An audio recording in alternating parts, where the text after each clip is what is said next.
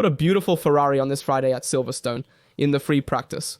And I want to start with the words of Charles Leclerc, because Leclerc has now finished the free practice too, saying we have maximized the setup for the race, but we still need to improve something in qualifying. So it means that this Charles can really fight for the victory. On Sunday, we'll review all the details, times, telemetry, and analyze the performance of various teams. Who has more positive feelings and in which parts of the track we are also going to see the weather and the onboard. Before we start, I obviously remind you to leave a like and to subscribe and turn on notifications so you don't miss any videos here on the channel. We always analyze every session. So I want to give you my opinion first on how we saw the free practice 1 and the free practice 2. In the meantime, this is the ranking of the free practice. Sorry, now we put it in order by driver. Here it is. This is the ranking of the free practice 2 that we just saw. With Norris up front, 125.8, followed by Leclerc in second position, 0.2 behind. Third Hamilton, fourth Piastri, fifth Verstappen, and so on with all the others. This reflection of free practice 2 also provides some field values. Which drivers will be able to fight up front this weekend? We have McLaren, which is the favorite, up front. First with Norris, Ferrari is sandwiched between the McLarens, so Leclerc and Hamilton are halfway between Norris and Piastri. Norris continues with his positive streak. He is slightly better than Piastri at this point in the season with the car and also on this track. Silverstone 5th Verstappen, who seems to struggle a bit more on the qualifying pace, but is very consistent in the race. Later, we'll see him. Next, we have the Mercedes, Stone Martin Racing, Bulls, and all the others.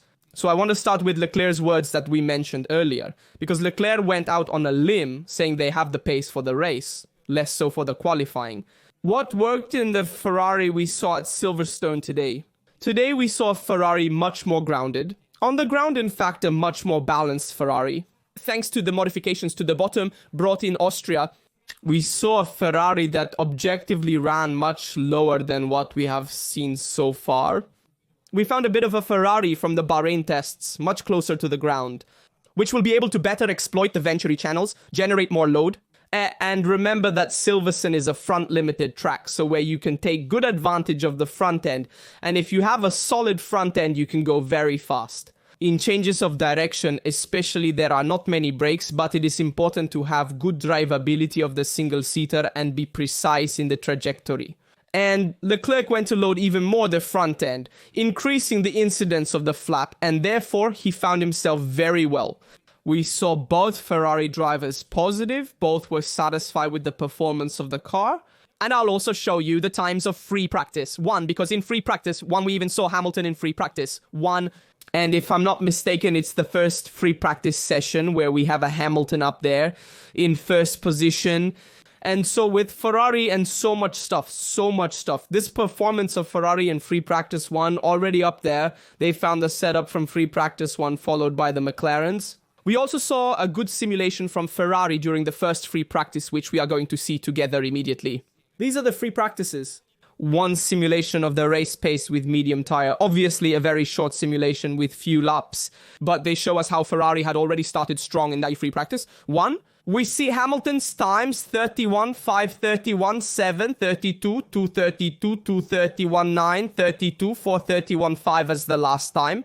On the contrary, Norris did 32, 6, 32, 2, 32, 4, 32, 3, 32, 0, 32, 0, and 31, 9. So, great times from McLaren, which we see is more consistent than Ferrari if we want. McLaren always manages to keep a very fast, consistent pace and lower its times. Ferrari's performance is inconsistent, while Red Bull struggled with race pace this morning, as I demonstrated. In the graphic, you can see Verstappen 32.5, 32.8, 33.2, then he even goes down to 32.3, 32.6, but he goes with fluctuating times, even 34.1 this morning, Verstappen. Well, as for the free practice one, I will also show you the graphic that shows us a simulated race pace lap comparison of Verstappen, Hamilton, and Norris.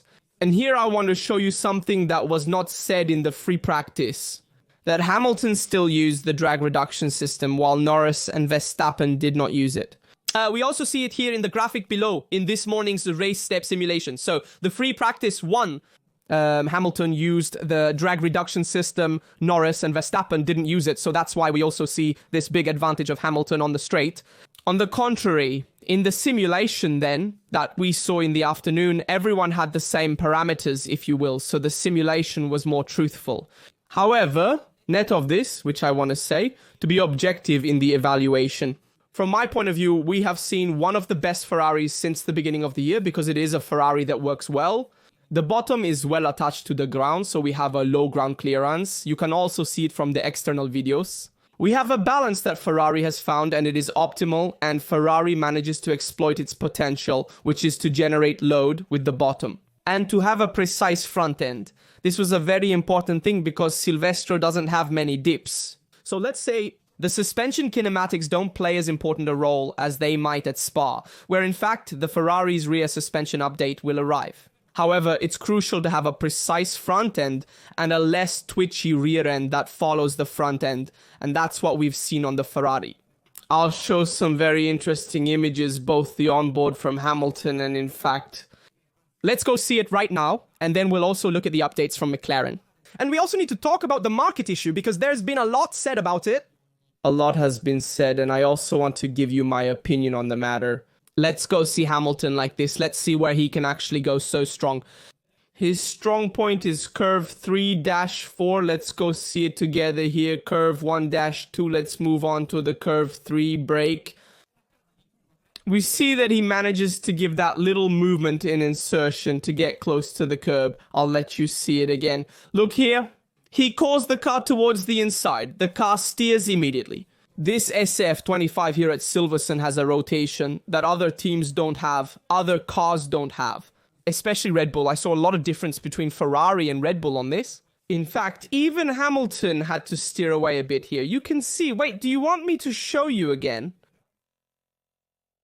Here, he even had to wait to steer completely because he almost has an oversteer on entry, something this Ferrari has never had on entry. It has always had a chronic understeer. So a lot of stuff. Let's move on with this. And this is where he manages to make a difference because he manages to bring a lot of speed to the entrance. Hamilton, and here Hamilton accelerates even compared to Leclerc between turn 3 and turn 4. Brian Bossi, Leclerc's track engineer, told him to improve between turn 3 and 4, among other things. I'll also show you the related graphics, which also summarizes the race steps of the Ferrari drivers. So give me a moment to retrieve it.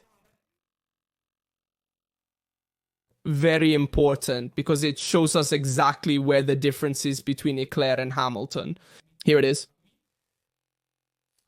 So this graph here shows us the times with Leclerc with the soft tire and Hamilton's times with the medium tire. In free practice 1, we see that Leclerc needs to improve the change of direction between turns 3 and 4. They ask him to save the tires more in turns 9, 11 and 14 where Leclerc excels. In this case, we ask him to save the tire because he was using a soft tire. Among other things, I recall that at Silverstone they opted for softer tires, C2, C3 and C4, compared to the harder tires used last year. More tire saving will be necessary. And here, instead, are all the instructions that were given to Hamilton during his race pace simulation. So in free practice 1. And here you can read all the instructions that were given by Riccardo Dami. But let's get back to Hamilton's tour. Let's analyze it together again, because it's very interesting to see Lewis's second and third sector. Indeed. Let's move on with the images. Okay, here. We are exiting from curve 3. Let's move on here at the entrance. Look how stable it is. The SF25 manages to get just to the chord point. And even here in the course, we go a little further. Let's see here Hamilton's course in a very difficult curve, which he manages to do very well before the secondary straight. Look here, despite having the car in front, which generates a bit of dirty air, and it goes, let's say, to break the aerodynamic platform of the Ferrari, he still manages to keep it single-seater without making smudges. Here he also goes not too wide, he absolutely goes to the chord, but just right. We arrive at Copse, which Copse is very interesting. Interesting because Verstappen was struggling and had a significant understeer also at Copse. While we see Hamilton calling the car, he arrives at the curb in the first part of the curve, and therefore manages to do fewer meters compared, for example, to Verstappen. who at the same point, here he struggles a lot more. In fact, you see that the curb leans out, but he could also not take it, while Verstappen, when he makes the same turn at Copse, has to steer a lot more. He can't get so close to the apex and goes much wider, even on exit, going to use the curb for support. Let's move on. This is the Maggots and Beckett's part. Very, very beautiful. Here to a clean Ferrari, really clean in the lines, beautiful to see. Really a great Ferrari here at this point, guys. Nice to see Hamilton getting along so well with the car. By the way, Hamilton also greeted the fans at the end of free practice 1 and also at the end of free practice 2, because you can see that Hamilton is a bit more relaxed this weekend. He aims to return to winning, with Ferrari seeking his first actual race victory or podium finish, having already won the sprint race. It would mean a lot to him. Let's continue. Stowe is another intriguing curve. Here Hamilton stays a bit wide on the trajectory. Here he has to pull a bit of steering. Maybe here is a curve that could be slightly improved if we want. He went slightly wide. In transit, however, you still see that the car follows with the rear end and the driving is always clean. And this is the part where Hamilton makes a difference over many teams. So, Ferrari manages to make a difference in transit in the change of direction. Look at how stable the single-seater can be. You see that here it still comes out on the right. So it takes good advantage of the curve, takes the cordon the right way. The car does not break down and comes out a little more on the right. But the real difference is that at this moment here, we can see that Hamilton already has the steering wheel to the right for the next curve. This shows us how good the rotation of the SF25 is. At this point, in fact, you see here, Hamilton even has to lighten the steering, in the sense that he steers immediately, but sees that the car also rotates too much. But it's good, like this. It's better to have a bit more rotation in progress, especially on a track like Silverstone, than to have a lack of rotation and therefore understeer. Which, for example, Verstappen had in free practice, one which they then corrected, but it's much harder to correct. In this case, then, we see Hamilton handling the penultimate turn very well, and then the last turn. This was Hamilton's onboard lap. Now, I want to show you some differences here, is the difference between Leclerc and Hamilton that Federico Albano shows us, and we see where Hamilton manages to make the difference, especially here. Look here, turn 1-2, and then coming into turn 3-4, you see that Hamilton manages to enter much stronger 155 km/h against Leclerc's 146 km/h. So that change of direction that I showed you between turn 3 and 4, so the right, and then the left at the entrance of the left turn, Hamilton manages to enter stronger. Let's move on. We also see here Hamilton manages to make a difference on Leclerc, entering a bit stronger. But moving on, if we look at the fast curves, so Maggots, Beckett's after the Copse, we see that Leclerc manages to go slightly stronger than Hamilton and also maintain a slightly higher traversal speed, so this is good. In this case, we see first instead the Stowe, where Hamilton struggles a bit more in traversal, but manages to come out stronger than Leclerc and therefore gain a little something before the braking of the last curves of the final chicane. So also the Stowe and Hamilton manages to make a difference on Leclerc. Let's now look at Verstappen. I want to show you the onboard. So I want to show you the image of Verstappen struggling. At the last curve here we see. This is the last curve we saw earlier with Hamilton. Let's also see it with Verstappen. Together, we see here that Verstappen enters.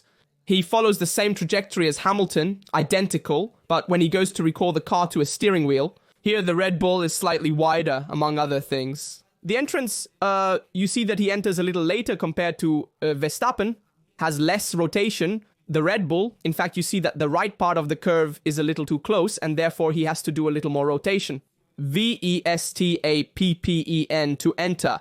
So this move here by Verstappen inevitably leads to having an exaggerated oversteer on exit that risks losing it. Almost an oversteer because he uses too much steering in the right curve and therefore afterwards the car loses grip. And this is what we saw in Verstappen.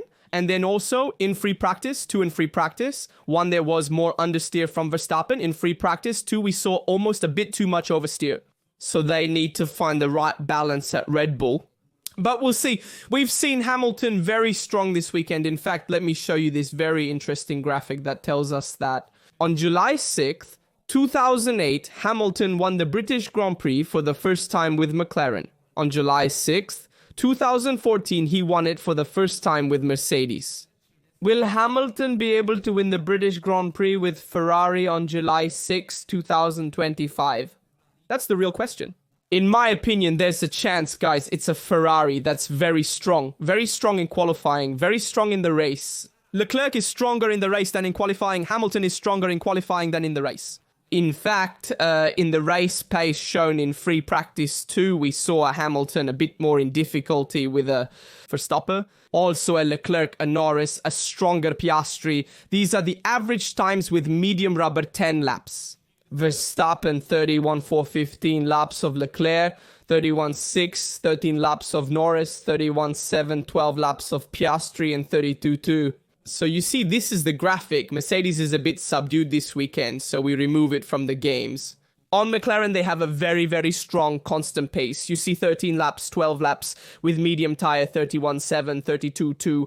Piastri is always a bit more in difficulty than Norris, follows a bit the trend of this second part of the championship. And Verstappen has shown himself to be very fast on the race pace with 10 laps on medium tyres. He struggles a lot, however, on the qualifying pace. So Leclerc seems to be actually a driver who can fight for the victory because he manages to go strong on the race pace. Qualifying pace, he's not doing so bad. If he were to start in the first, second row, he can play it. Also because at Silverstone you can overtake. So also watch out for Charles, who has his cards to play. Among other things, I also said it in an interview with Mara San Giorgio. Before the race weekend, I come to Silverstone to win. I want to win. And it seemed like a ridiculous statement before actually seeing this Ferrari so strong on this Friday at Silverstone. And indeed, he was aware of Ferrari's performance, seeing them also from the simulator, and he knew it could go so strong. So the thing that impressed me a bit more is that we saw a strong Ferrari right from free practice 1. A Hamilton who immediately felt good, both with rubber, soft media, always found the right balance. We'll see if there's a strategy, 1 stop or 2 stops for the race. Certainly, the fact that there will be softer tires will also influence the choice of strategy. I also want to show you the telemetry of Hamilton and Leclerc before. Let's also look at the weather, because I was looking a bit earlier today, the temperatures were a bit higher than what we will see. In fact, in the next few days, there is a chance that it might rain. There is a 40% chance of rain tonight, 30 to 40%, then it should not rain on Saturday. The chances decrease towards the morning. It should not rain tomorrow, but the temperatures are a bit lower, as well as on Sunday. There is a slightly higher chance of rain at 25%, but it should not rain.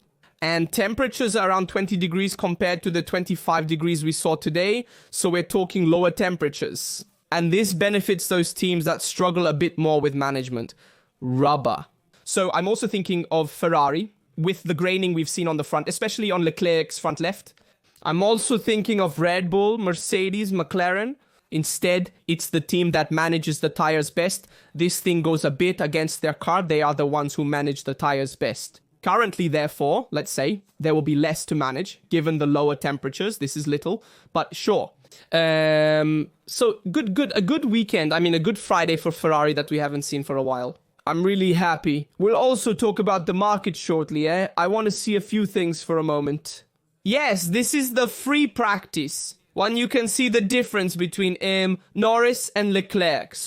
Hamilton, Norris, Russell and Verstappen.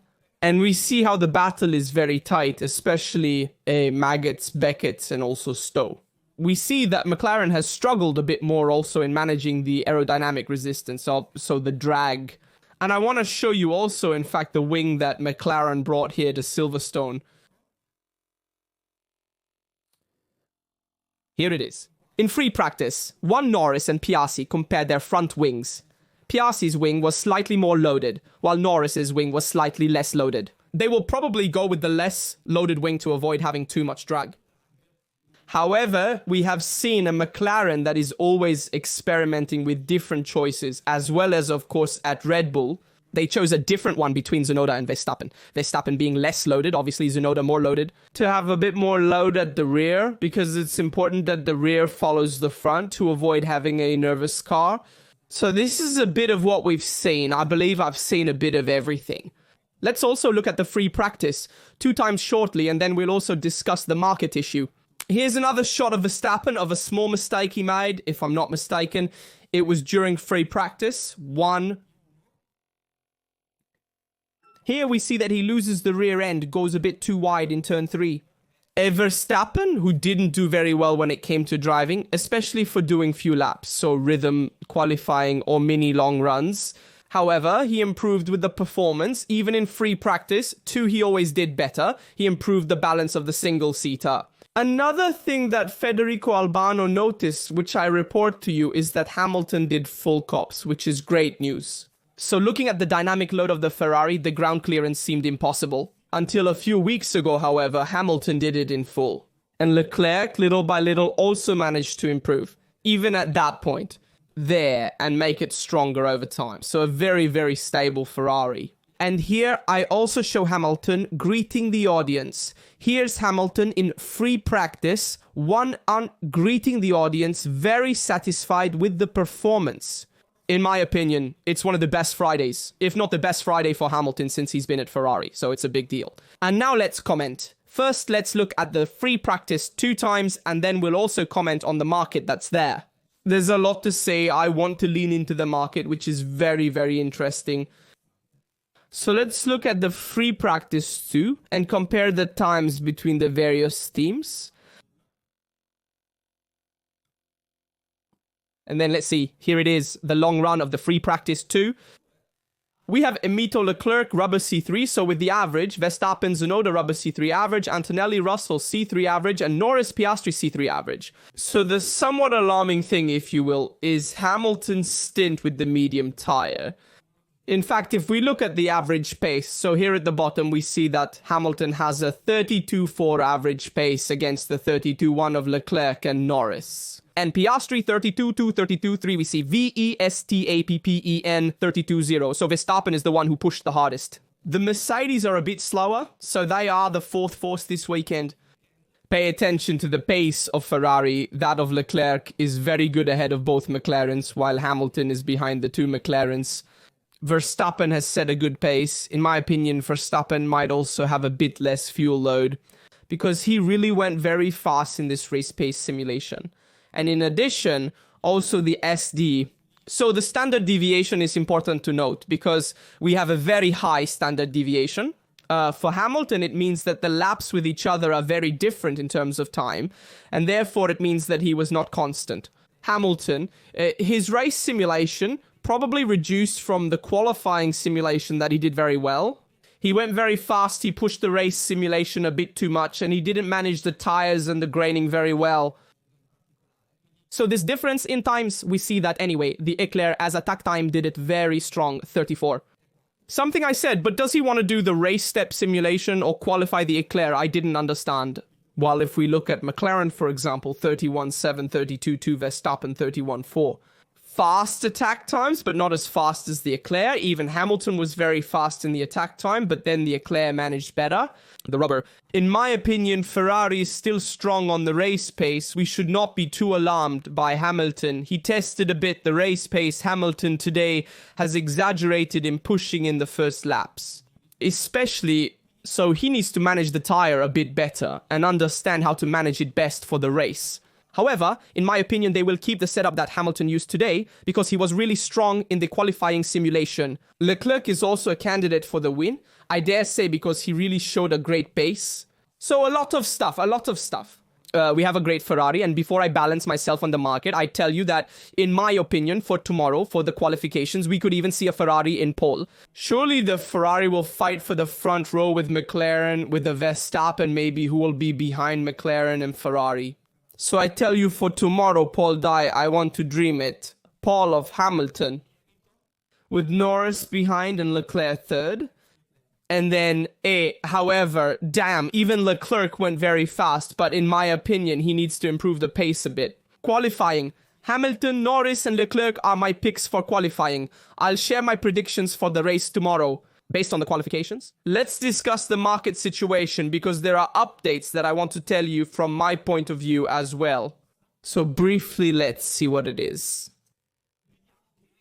Christian Horner has leaned into a few topics that have been brought up. In general, the paddock has talked about it, and so let's discuss them together. So I'm going to grab the graphic for a moment so we can discuss it. Here it is. This graphic is very interesting. It shows us Verstappen Russell, Verstappen Antonelli, Russell Antonelli, the possible combinations for 2026. In my opinion, I want to lean into the second, that is Verstappen and Antonelli, is the most likely hypothesis. I see a Verstappen who no longer wants to be in Red Bull. It's a Verstappen who sees a declining Red Bull. He sees that he has to try to save the team. His teammate is non-existent. The team tries to help him, but he can't improve. Next year, with the engine change, Red Bull will be in even more trouble, practically starting from scratch with the help of Ford. But it's a Red Bull powertrains department that's practically starting from scratch, and so he knows he has no chance next year. Red Bull fighting for the World Championship, that's unlikely, maybe winning a few races, and even then we'll have to see. But fighting for the World Championship, definitely not. And Verstappen knows he's at the peak of his career, so he wants to have a car. Title, who can currently offer a car to Verstappen? Probably Mercedes. Everyone says it could be a car that fights for the title in 2026. Toto Wolff wants to work with Verstappen. It's clear he would do anything to have the best driver on the grid currently, who, according to him and many others, is Verstappen. So I see this Verstappen-Mercedes combination as very likely. I am very, let's say, I believe this union can be realized. Also because Red Bull would probably take Russell, so it would be the pair with Russell as the first driver, who is still a great driver. Many might ask why Mercedes doesn't want to keep Russell and take Verstappen instead, as Verstappen is a 4-time world champion.